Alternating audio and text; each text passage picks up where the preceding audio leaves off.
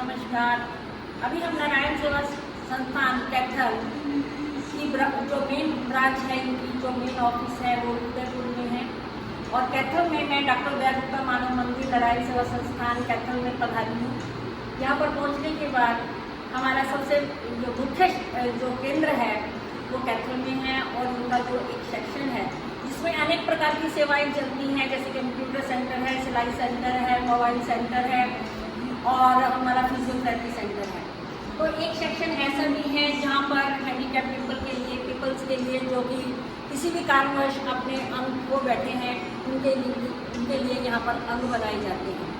तो डॉक्टर मोहित वर्मा और सुरेंद्र जी जो इनके सहयोगी हैं वो पहले नाप लेते हैं पेशेंट्स का और उसके बाद ये कैलिपर तैयार करते हैं यहाँ पर। और ये मोहित जी बहुत मेहनती हैं, मैं इनको कई दिनों से देख रही हूँ, कई महीनों से जानती हूँ। तो ये रात दिन अपनी अथक सेवा में लगे रहते हैं और पेशेंट्स को अपना बहुत ही सहयोग देते हैं और उनका मेजरमेंट्स करके उनके लिए लिम्स और कैलिपर्स बनाते हैं। तो इनके लिए मैं इनका बहुत बहुत धन्यवाद करती हूँ। डॉक्टर साहब, आप बताइए आप क्या कर रहे हैं और यहाँ पे किस प्रकार के लिम्स जो आप तैयार करते हैं? देखिए, हमारे यहाँ जैसे किसी भी कोई भी मरीज होता है, किसी भी दुर्घटना में या किसी बीमारी की वजह से अपना लिंग खो देता है, किसी भी कारणवश उसका हाथ या पैर काटना पड़ जाता है, तो उसके बाद उसको वापस अपने डेली रूटीन में आने के लिए फिर से आर्टिफिशियल लिंग की नीड रहती है। तो उसको हम कस्टमाइज़ करते हैं अकॉर्डिंग टू पेशेंट की, उसकी कैसी नीड है, उसका फिजिकल रूटीन कैसा है, उसके हिसाब से कस्टमाइजेशन होता है सारा।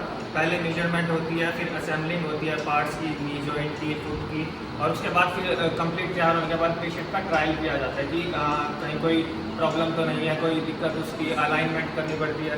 तो सारी चीज़ उसकी बॉडी के अकॉर्डिंग होती है। तो उसके बाद अभी जैसे अभी एक लिंग अभी तैयार कर रहे हैं, आपको दिखाते हैं। ये है एक नी डिसआर्टिकुलेशन जिसका थ्रू नी एम्पुटेशन हुआ था, उसका साइज लेके पहले एक सॉकेट बनाया है जिसके अंदर उसका लिम्ब फिट होगा। उसके बाद नीचे एक नी जॉइंट लगता है और बाकी असेंबली जैसे फुट और रोड, वो ये सब कुछ असेंबल होने के बाद फिर पेशेंट को पहनाया जाता है और फिर उसको चला के देखा जाता है कि कहीं कोई दिक्कत तो नहीं है, कोई परेशानी।